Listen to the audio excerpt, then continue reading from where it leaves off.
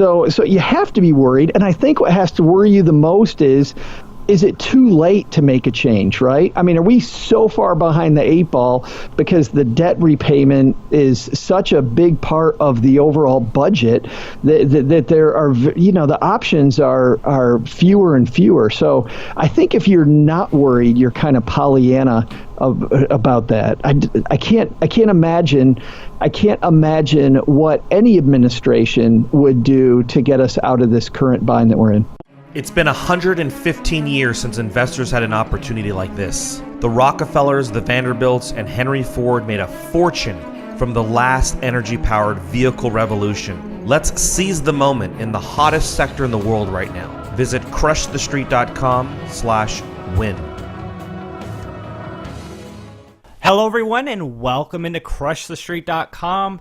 I'm joined today with a brand new guest of the very popular website, stackingbenjamins.com. In fact, Kiplinger magazine called the podcast the best podcast. They got deemed the best podcast, and I'm here with the host, Saul, Sehy.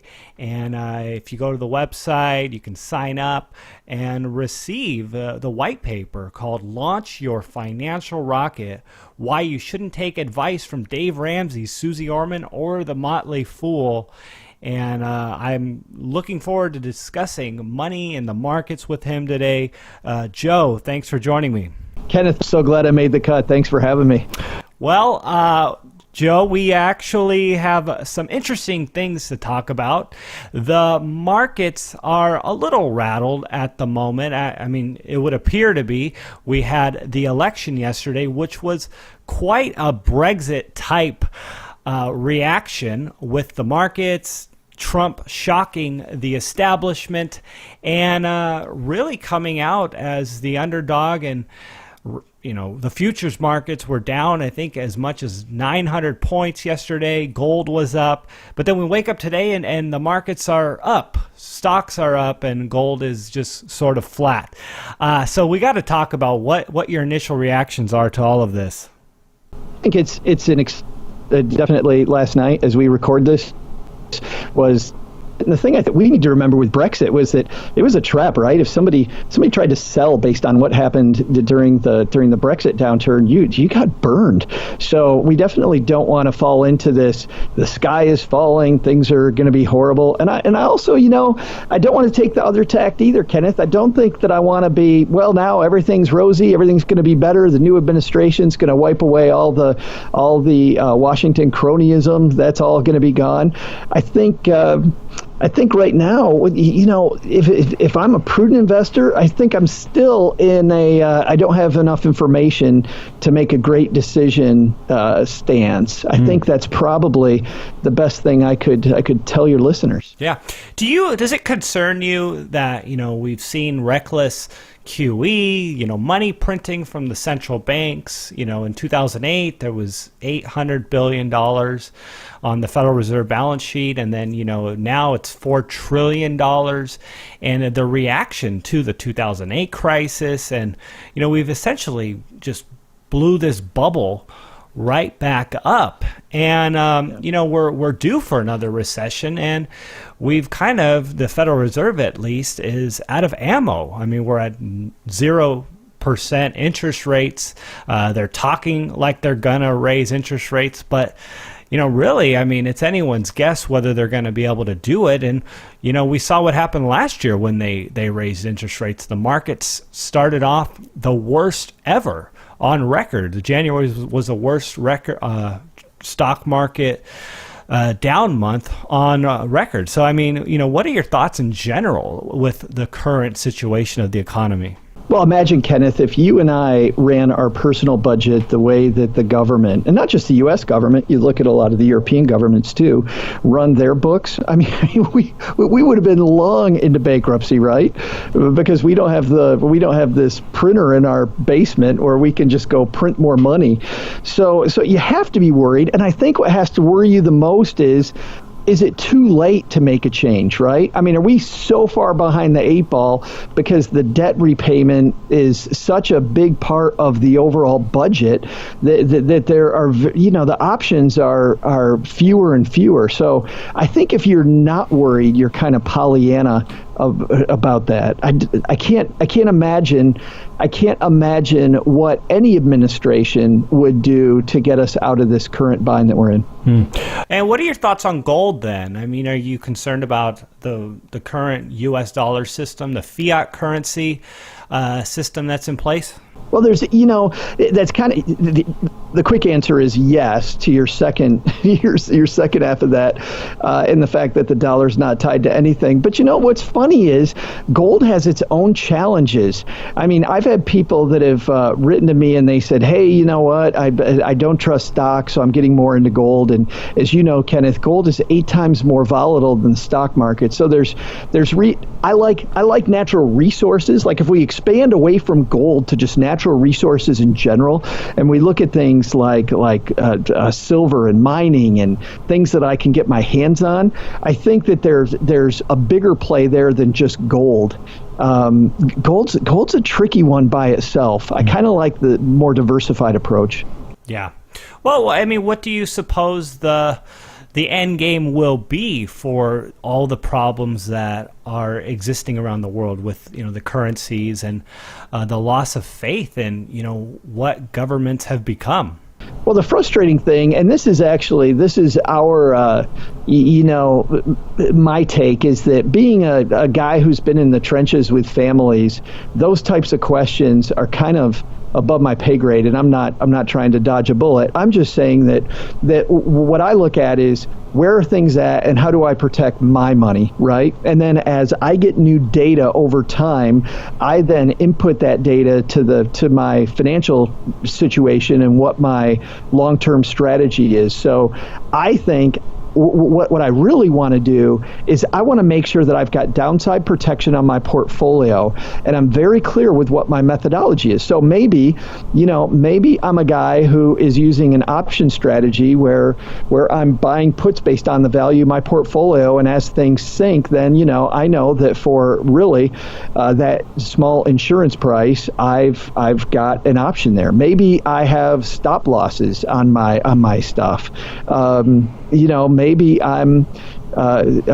I'm just using an asset allocation where I'm very quickly making changes to my asset allocation when things move. I mean, Brexit is an example. Just using that, so diversified asset allocation, very simple strategy, right? All we're doing is we're putting money in different pockets. Kind of boring.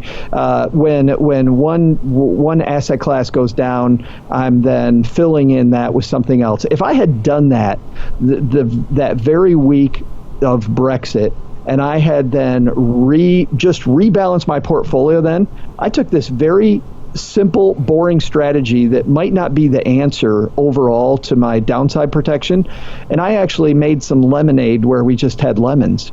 So, but no matter what your downside strategy is, I think not having one is the biggest problem that I see out there. Everybody has ways to grow their money.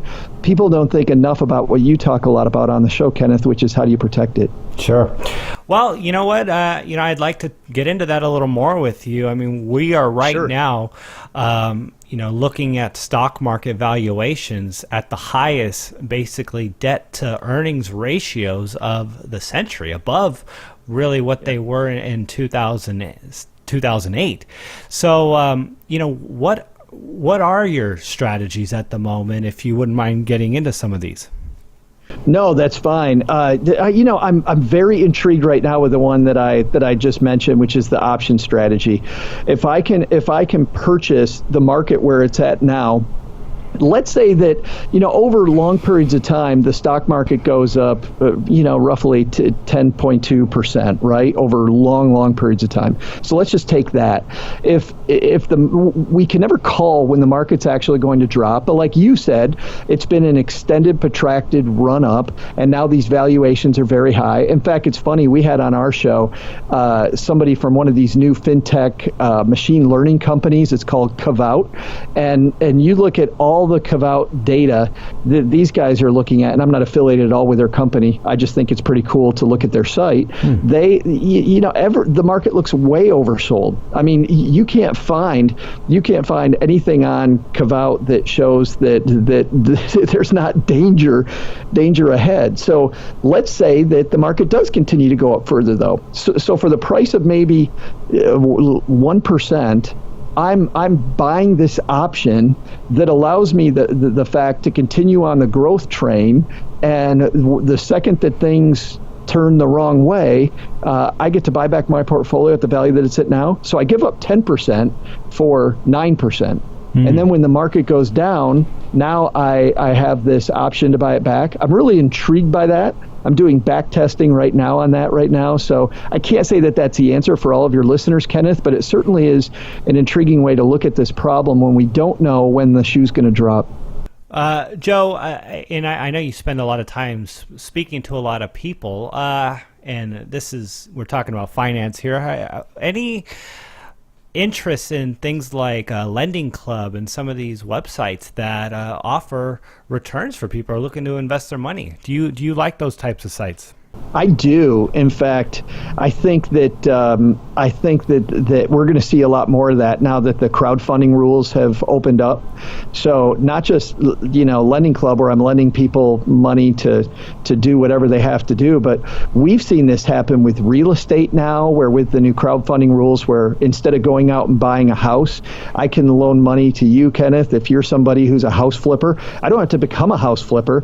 I can score a pretty good return on my money just by loaning money to you doing that. I think we're going to see that in a lot of different places, and that brings up some different dangers. I mean, if the economy falters, I think more and more people are going to turn to entrepreneurship. So I think that's exciting, but it also means there's going to be a lot of people out there with some pretty crappy ideas, some pretty rotten ideas that they're going to want me to invest in. So with a place like Lending Club, they've really automated it, right?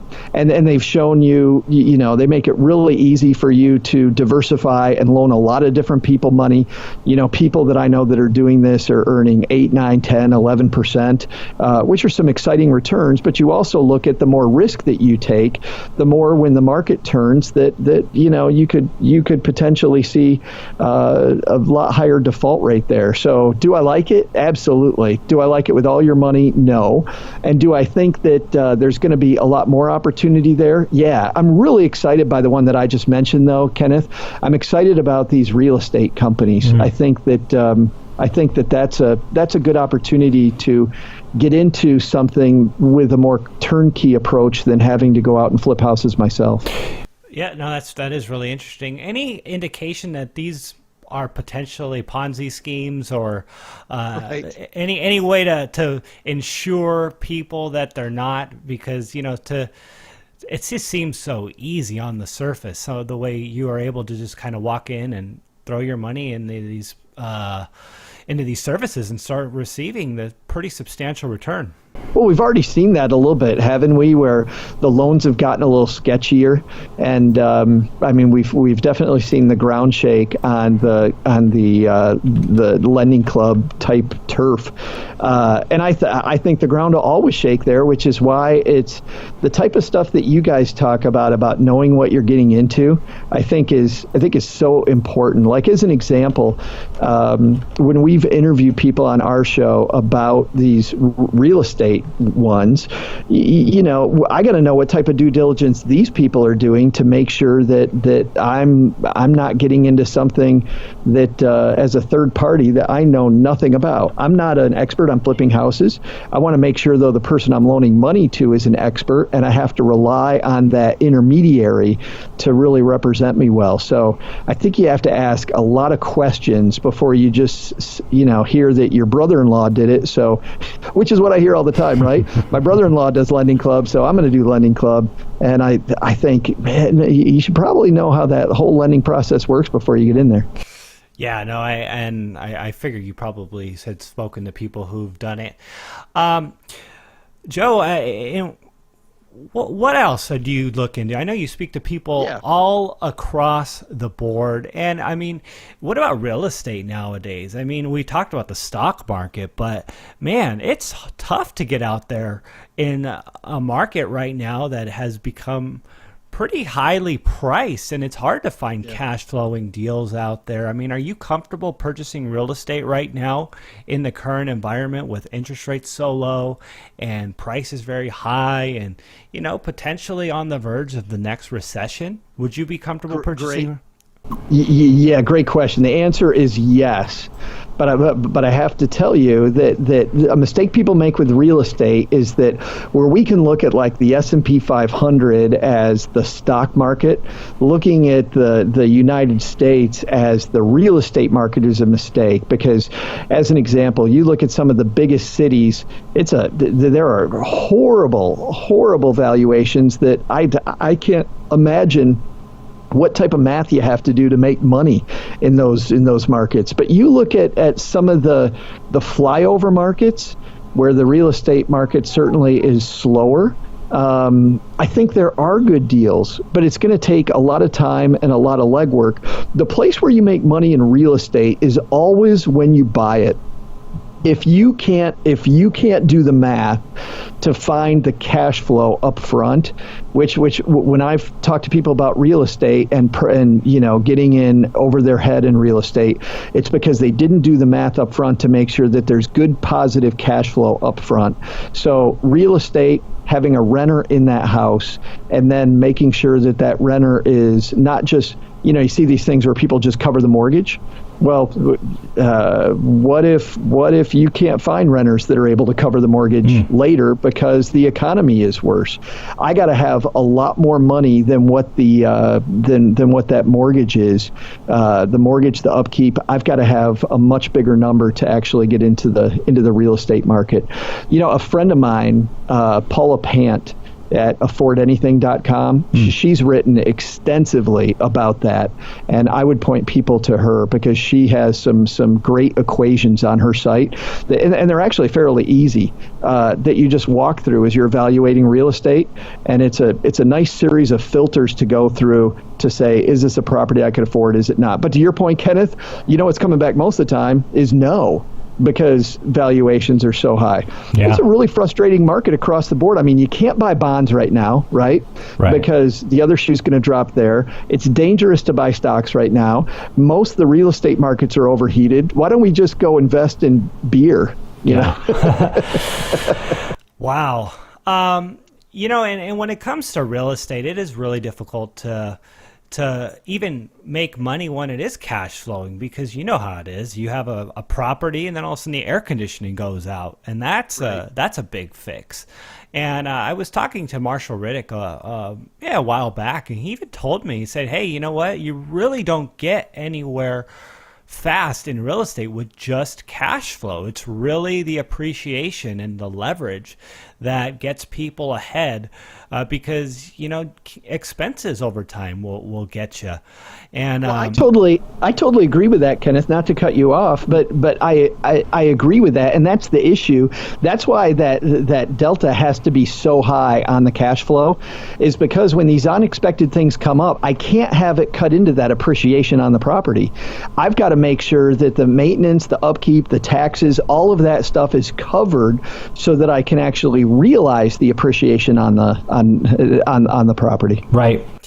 Yeah, no, I have actually a couple in Memphis, Tennessee, in an area that most people probably wouldn't touch, and I love these properties. I mean, literally between the rent I get after expenses, like you're talking about, all those expenses, the house literally paid for itself within 6.5, 7 years, both of them.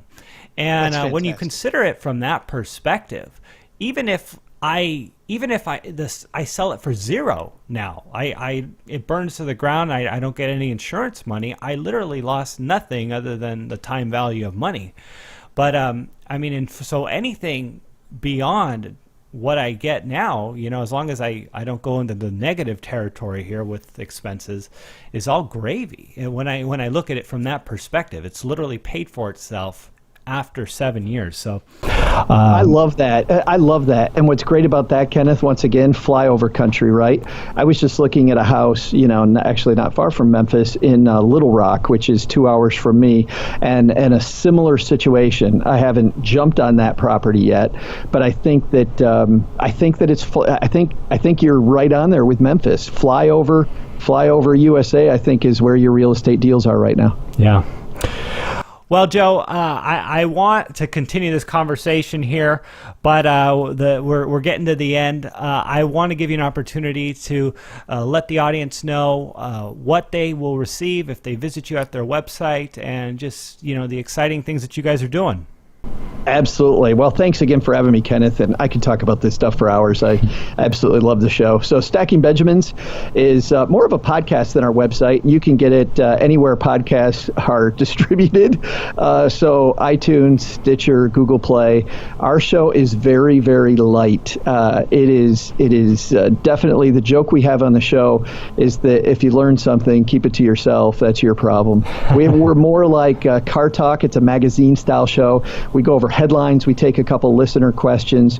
We have a guest, but those guests a lot of time are lifestyle. We cover everything from entrepreneurship, like a gentleman that was on just here recently on the show from the CW show Hatched, to big financial advisors like Rick Edelman, to people that are doing things with the crowd sharing economy. A lot of people trying to make some extra money around the holidays, maybe deciding whether Uber driving, or like you and I talked about, we kind of touched on this, but some people aren't doing long-term rentals, they're doing Airbnb instead.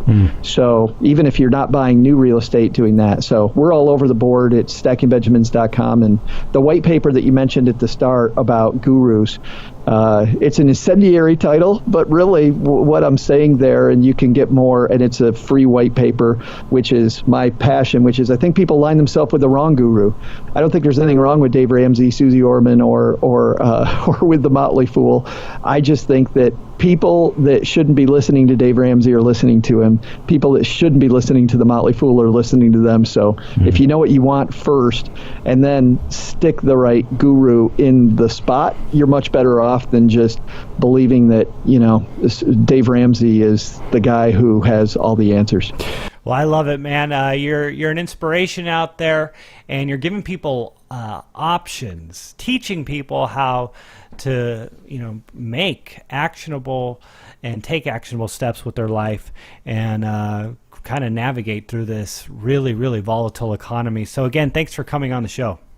Yeah, thanks a lot, man.